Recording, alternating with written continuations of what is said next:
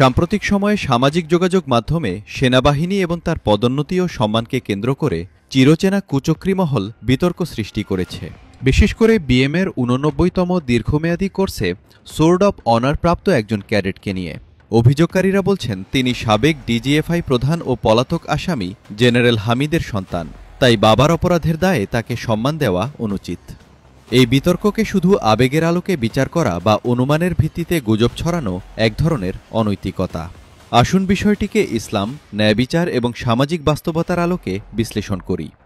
ইসলামের মূলনীতি হল কেউ অন্যের গুনাহ বহন করবে না, সূরা আনাম ১৬৪, এবং প্রত্যেক মানুষ তার নিজের কাজের জন্য দায়বদ্ধ, সূরা মুদ্দাসির, অর্থাৎ পিতা যদি অপরাধী হন তার শাস্তি হবে তার নিজের জন্য, সন্তানকে নয়। সুতরাং জেনারেল হামিদের সন্তান যদি নিজ যোগ্যতা, পরিশ্রম ও দক্ষতার মাধ্যমে বিএমএতে শ্রেষ্ঠত্ব অর্জন করে, তাকে বঞ্চিত করা ইসলামের নীতি ও ন্যায়বিচারের পরিপন্থী। দীর্ঘদিন ধরে যারা সেনাবাহিনী নিয়ে গুজব ছড়াচ্ছে তারা এই ইস্যুতে সবচেয়ে সক্রিয়। তারা সেনাবাহিনীকে তাদের মতাদর্শ অনুযায়ী চলতে চাইছেন, অথচ বাস্তবতা হল সেনাবাহিনী চলবে নিজের নিয়ম, শৃঙ্খলা ও পেশাদারিত্বের ভিত্তিতে।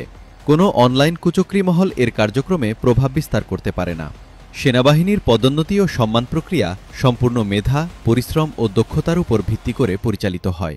যদি কোনো ক্যাডেটের অর্জনকে তার বাবার পরিচয়ের কারণে খাটো করা হয়, তাহলে সেটাই হবে ক্ষমতার অপব্যবহার। পেশাদারিত্বের মূলমান হল নিরপেক্ষতা এবং যোগ্যতার ভিত্তিতে মূল্যায়ন। অনেকে যুক্তি দেন, অতীতে ফ্যাসিবাদের সময় অনেক যোগ্য কর্মকর্তা বঞ্চিত হয়েছেন, কিন্তু সেই অতীত অন্যায়কে নতুন অন্যায়ের কারণ হিসেবে ব্যবহার করা উচিত নয়। অন্যায় করলে আমরা কি নতুন জালেমের ভূমিকা নিচ্ছি? ইসলাম প্রতিশোধ নয়, ন্যায়পরায়ণতা ও ব্যক্তিগত দায়িত্বকে মূল্য দেয়। আমরা চাই এমন একটি সমাজ যেখানে বিচার হবে ব্যক্তির যোগ্যতা ও কর্মফলের ওপর, বাবার পরিচয় নয়। আবেগ বা অনুমানের ভিত্তিতে কারো অর্জনকে খাটো করা সামাজিক ও নৈতিক দিক থেকে অগ্রহণযোগ্য। সেনাবাহিনী যেন মেধা, যোগ্যতা ও ন্যায়বিচারের ভিত্তিতে পরিচালিত হয়। গুজব ও ব্যক্তিগত বিদ্বেষের চাপে সিদ্ধান্ত পরিবর্তন করা উচিত নয়।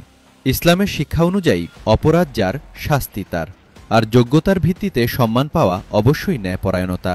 আসুন আবেগ নয়, বিবেক ও ন্যায়বিচারকে প্রাধান্য দিই। জুলুমের বদলে ইনসাফ প্রতিষ্ঠাই হোক আমাদের লক্ষ্য।